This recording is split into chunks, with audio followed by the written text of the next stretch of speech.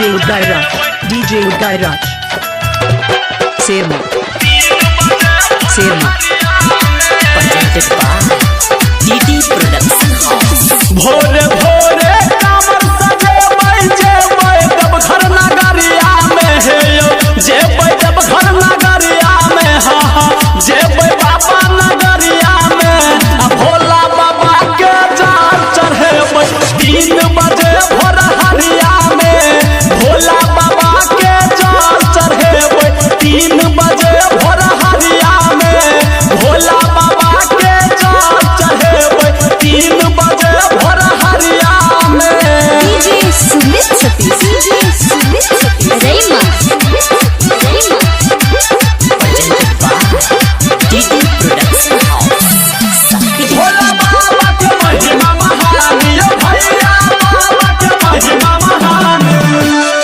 सुल्तानगंज से जल भर ले चढ़बैले गगरिया में हे यो चढ़बैले गगरिया में हा हा चढ़बैले गगरिया में भोला बाबा के जल चढ़े 3 बजे भोर हरिया में भोला बाबा के जल चढ़े 3 बजे भोर हरिया में। DJ Sumit Satish क्या नाम है आपका DJ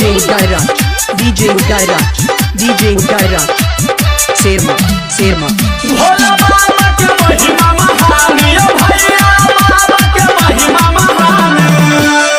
भक्ति भरल छै खूबे हे यो दरभंगा के कांवरिया में हे यो दरभंगा के कांवरिया में हे यो दरभंगा के कांवरिया में भोला बाबा के जल चढ़े 3 बजे भोर हरिया में भोला बाबा के जल चढ़े 3 बजे भोर हरिया में। क्या नाम है आपका DJ Udairaj Serma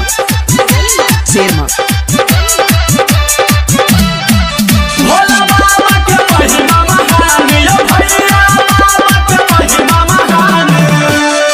धर्मवीर धुरंधर संगे संदीप जेतै कंवरिया में हे यो संदीप जेतै कंवरिया में हे यो राघव जेतै कंवरिया में भोला बाबा के जल चढ़े 3 बजे भोर हरिया में भोला बाबा के जल चढ़े 3 बजे भोर हरिया में।